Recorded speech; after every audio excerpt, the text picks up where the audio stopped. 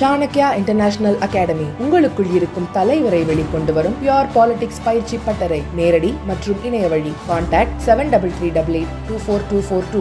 Operation Sindoor நடவடிக்கையால் பாகிஸ்தானில் உள்ள பயங்கரவாத அமைப்புகளின் தலைமை அலுவலகங்கள், பயிற்சி மையங்கள், பதுங்கும் இடங்கள் அனைத்தும் அழிக்கப்பட்டுள்ளதால் பயங்கரவாதிகளுக்கு இனி எந்த பாதுகாப்பான இடமும் இல்லை என்ற நிலை உருவாகியுள்ளது என மத்திய உள்துறை அமைச்சர் அமித் ஷா தெரிவித்துள்ளார். ஹரியானா மாநிலம் மானேசரில் நடைபெற்ற தேசிய பாதுகாப்பு படையின் 41வது ஆண்டு விழாவில் பேசிய அவர், பெஹல்காம் தாக்குதலில் ஈடுபட்ட பயங்கரவாதிகளை ஒழிக்க ஆபரேஷன் மகாதேவ் நடவடிக்கை எடுக்கப்பட்டது. இந்த நடவடிக்கைகள் பாதுகாப்பு படைகளில் மக்களின் நம்பிக்கையை மேலும் வலுப்படுத்தியுள்ளது.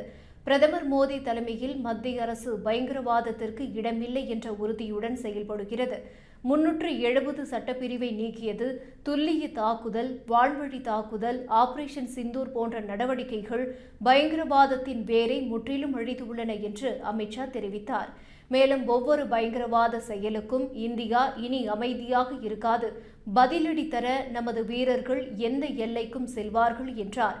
2019 முதல் பயங்கரவாத நிதியுதவிகளை தடுக்க மத்திய அரசு பல சட்ட திருத்தங்களை மேற்கொண்டுள்ளது. சட்டவிரோத நடவடிக்கைகள் தடுப்புச் சட்டம், தேசிய புலனாய்வு அமைப்பு சட்டம், சட்டவிரோத பணப்பரிவர்த்தனை சட்டம் ஆகியவற்றின் கீழ் பல வழக்குகள் பதிவு செய்யப்பட்டுள்ளன.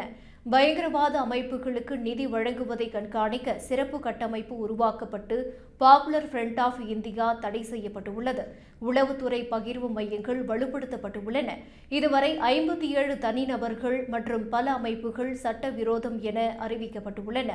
ஆபரேஷன் அஸ்வமேதம், வஜ்ர சக்தி, தங்கு சுரக்ஷா போன்ற நடவடிக்கைகளில் தேசிய பாதுகாப்பு படை வீரர்கள் காட்டிய தைரியம் நாட்டின் பெருமை என கூறிய அமித் ஷா அனைத்து வீரர்களுக்கும் வாழ்த்துக்கள் தெரிவித்தார்.